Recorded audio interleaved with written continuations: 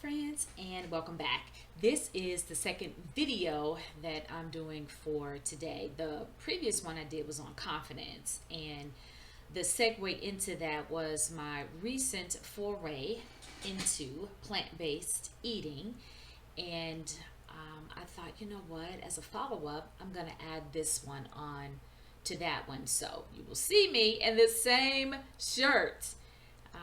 The first one I did was on how to find authentic confidence. And I recorded that video because I had to buzz my hair because I recently went plant based and I'm not getting enough protein. So my hair started shedding. So, valuable lesson learned. So, I'm going to correct that. I'm still going to be plant based. I may add in some fish here and there and maybe chicken every once in a while. But I just got to a place where plant-based just felt like it was where I needed to be at this stage in my life, and I have no regrets about it. I mean, I did lose my hair. My hair, it broke off. I was relaxed, but I think that's correctable. And so I wanted to come back on and do another video about being plant based. And let me say that I'm not an evangelist. I'm not one of those activist people that go a little caca about why are you eating animals and all that. It was a personal decision for me, but it may not be for you. But let me demonstrate to you the value of eating vegetables. So I am going to talk about a couple of health related things that you might find beneficial, especially if you have been trying to heal yourself and you're not healing. There could be some things that you can add in that might make a difference for you. And one of those is plant based eating. So there is a doctor, and if y'all watch me for a while, y'all know I'm terrible at remembering things like this. It is Dr. Furman. And Dr. Furman talks about something called the Nutrarian diet. I think I maybe even done a podcast on that.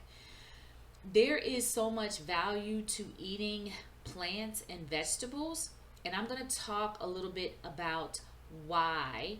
And I just don't think that this is a conversation that's in the general marketplace right now. We're just on the edges, the outskirts of starting to figure this out and get some science behind why there was this old adage of make sure you're eating your vegetables. Or when I was a kid, we had the old food pyramid, and on there when I was a kid it was 3 to 5 servings of vegetables. As I got older, it increased to 5 to 7, and now I've seen it as high as 9 servings of fruits and vegetables.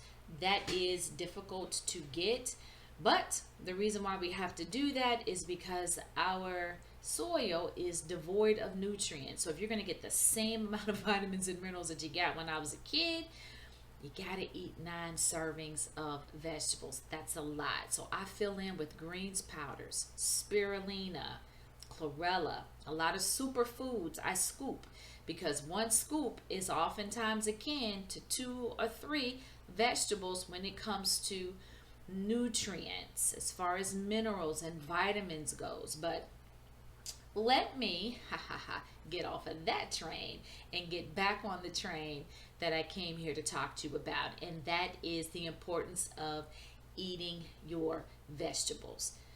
Here's why.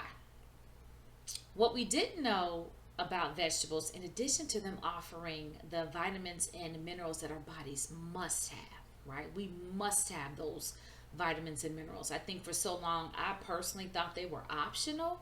Your body can't form its processes without calcium, magnesium, potassium, vitamin A. They do specific things in the body, omega-3 fatty acids. They are required. So vegetables offer certain things to us, but here's what we're just now starting to figure out about vegetables. There are micronutrients in the vegetables in addition to the vitamin A and the calcium and the magnesium and the potassium, the polyphenols, the anthocyanins. Those micronutrients go a long way in combating things like cancer, losing your vision, diabetes, those micronutrients, your immunity, they make such a huge difference between just being alive and being healthy. And so you can only get those from vegetables unless you're going to just take a pill. Now, I'm a cheat girl, and I've said that to you all more than once. I have superfoods powers, Golgi, chlorella, spirulina. They have a lot of those micronutrients in there, and I do take those. Celery has luteolin. I think that's pronounced. I've heard it pronounced luteolin. Luteolin is Luteolin. Very, very beneficial to the body. Asparagus has glutathione. That's very important for your detoxification. So we need those micronutrients, those components that no one really talks about. We have to get them from eating vegetables if we aren't going to supplement. Now, I believe getting the component in its natural state is the best thing to do, and I'm going to talk about why in a second. But if you have to take a supplement, take a supplement. If you're not a person that's going to go down the rabbit hole of eating all those vegetables, then just pop the pill, right? But you're not going to get the full benefit of eating the food, because in addition to blueberries having polyphenols, they have potassium, they have vitamin C, they have all these other things that make them extremely beneficial to the body. But now here's why the vegetables and the fruits matter. In addition to all the micronutrients, I said polyphenols, anthocyanins, carotenoids. Those are going to be your yellows and your reds that are in your vegetables and fruits. Peaches, for example, that yellow color, beta carotene. Those things are extremely important. But in addition to that is the fiber. And the fiber is important not just because it helps the food move through our system. We know that. We've been hearing that for decades. But what we're just now starting to hear, the scientific community has figured out that the fiber feeds the microbiome. Now, what is the microbiome? If you're not familiar with that term, that is simply the friendly bacteria that line your colon, and they control almost everything in your body. That's a new conversation, right? We knew that fiber was good for constipation and things like that. Then it kind of shifted over a little bit into, okay, it's good for maybe controlling heart disease. But now they figured out that it actually feeds the microbiome. It is extremely important to your body, and it is well beyond just constipation. The microbiome controls just about everything in your body. It controls your nutrient absorption. It controls your blood sugar levels.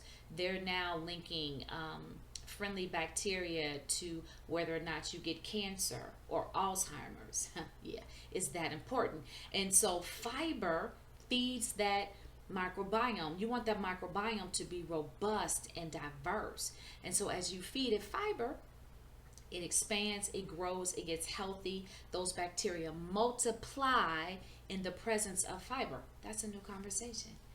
That's a new place that we've gotten to in functional medicine or in health.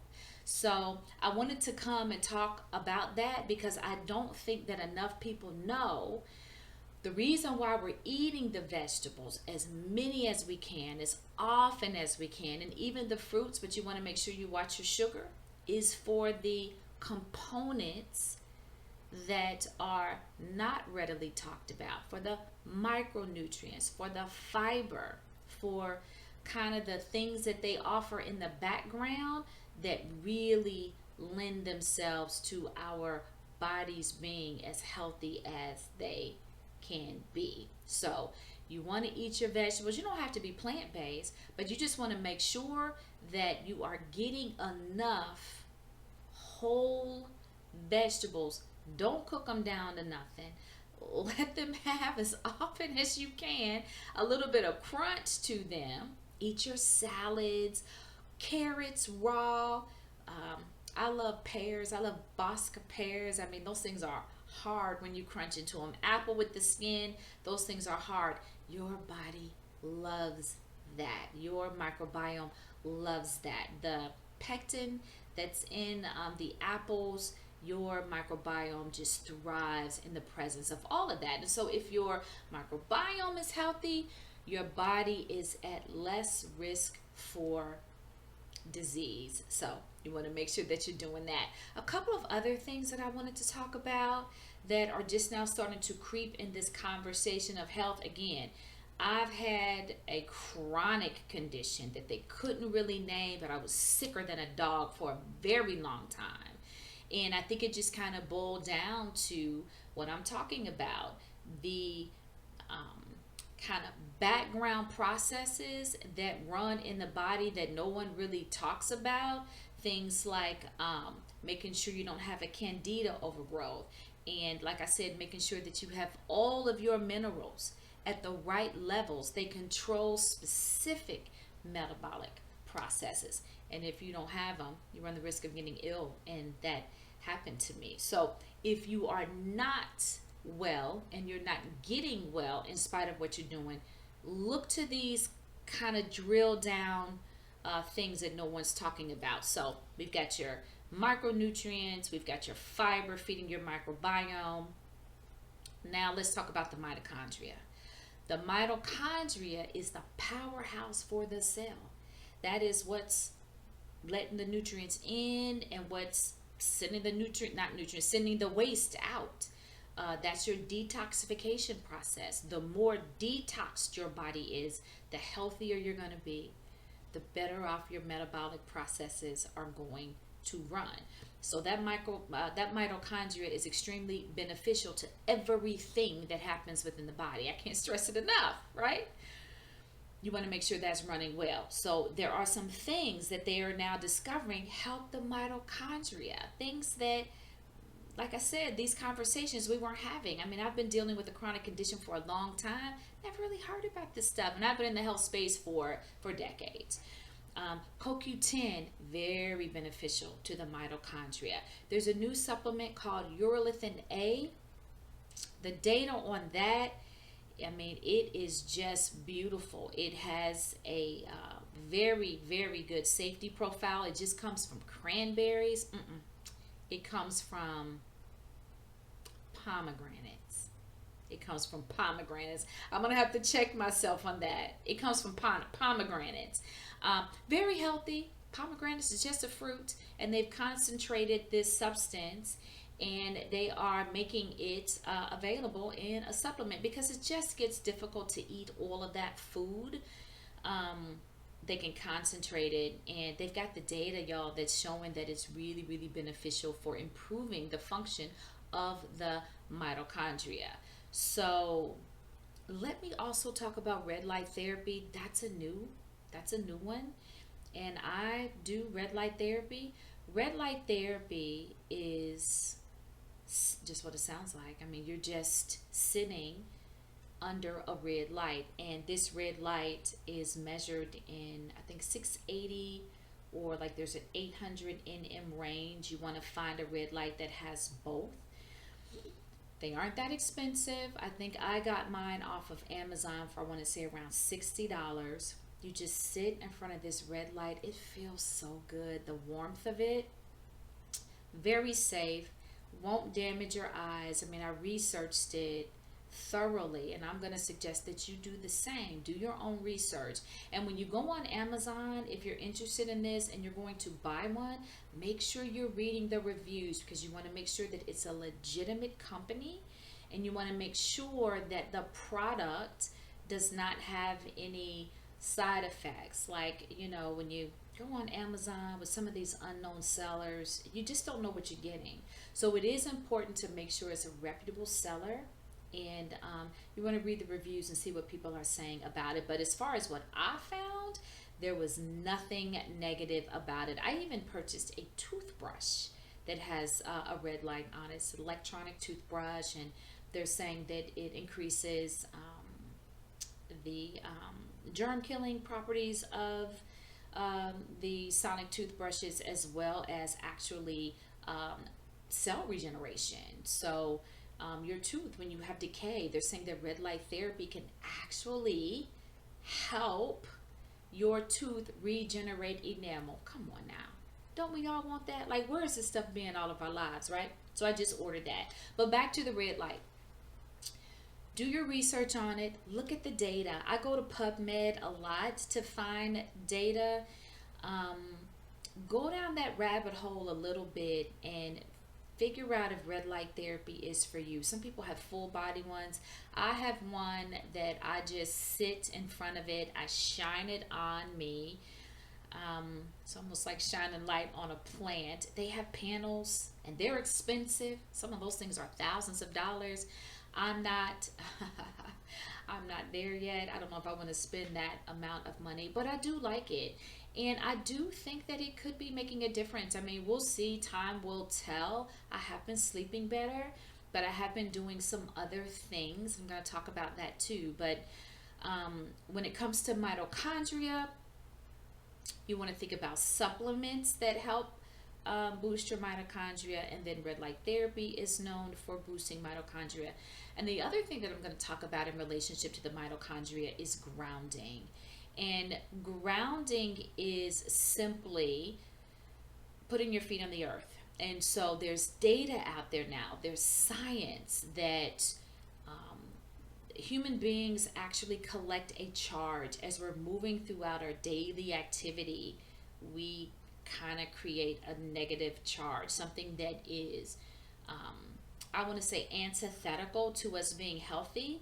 And so we were originally designed to be connected to the earth and connected to the ground and to grow our food and have our hands in the ground. And so as we did that, there is a beneficial process. I think I've heard it referred to as ionization, um, that happens when you put your feet on the ground or put your hands in the dirt. Some people describe it as this discharge that we build up is actually discharge when we ground, or when we put our hands in the dirt or put our feet on the ground. So there's a lot of science behind it.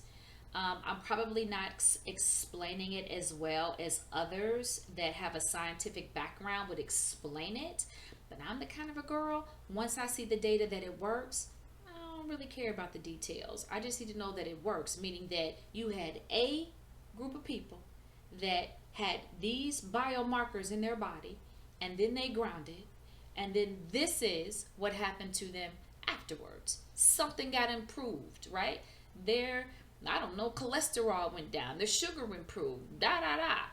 If you show me that, I don't really have to know all of the science behind it. But if you need that, make sure you Google that and figure that out. But I did see that grounding, the before and the after data about how beneficial it was to the human body. So that's all I needed to know. People said it improved sleep, their cholesterol went down, their blood sugar got better. And I do know, just from being in these spaces for such a long time, that there is something called the Schumann resonance. NASA now talks about the Schumann resonance, and that the earth actually um, generates a frequency, and that frequency has the ability to kind of tune our bodies. But that only happens if you put your feet on the ground. Now, I'm not going to do that because I'm a germaphobe, and where I live, those Canadian geese are everywhere and they're pooping everywhere. So I'm just not going to do that. But if you live in a space and you're comfortable doing that, go out, put your feet on the ground, sit on the ground. I have a friend, she loves to sit on the ground in the park, and I think that's so beautiful. I'd never do it. But she will get a book and sit under a tree, and she will sit there and read for hours, right? I'm worried about ants crawling up my pants leg and a bee or a wasp and all of that. But if that's you, research grounding, figure out how you can incorporate grounding into your day-to-day existence. I purchased a mat. Again, they have those on Amazon. Do your research. They're not that expensive. I've seen them as cheap as $20. You just plug it into your wall, and they found a way to mimic that frequency that the earth generates, and they found a way to actually release the charge from the human body. You just put your feet on the mat. You're not going to really feel anything. I do feel tingling in my legs and feet when I'm on it. It's not painful at all. It actually feels very, very good. And in my mind, I think, oh, it's working. So I don't mind the slight tingling sensation that I get. But you don't feel anything. You just sit on it for 30 minutes a day. And I just had someone tell me the other day that someone was very ill and they had swollen ankles and blood clots, and 30 days using this grounding mat, and they are just like, hey, this thing really works, and I'm seeing marked improvement. So when I hear things like that, that's all I need. Now if you ask me what it's made out of and how they made it and what it, I don't really need that. But if you need that, Google that, because I'm sure that is out there. You can get them cheap, you can get them really expensive. I don't think it makes a difference. It depends on what your budget is. So they're saying that grounding actually is very beneficial to the mitochondria and to the human body. All right, so we have the vegetables being good for the fiber and the micronutrients, and then we talked about the red light therapy, and we talked about the supplements as well. Forgot about that. And we talked about the grounding. And the last thing that I'm going to talk about, and I'm going to let you go, is light, and specifically melatonin. So our lifestyles are such that we're indoors all day. Like I said, we don't put our feet on the ground or put our hands in the dirt. We don't get enough light.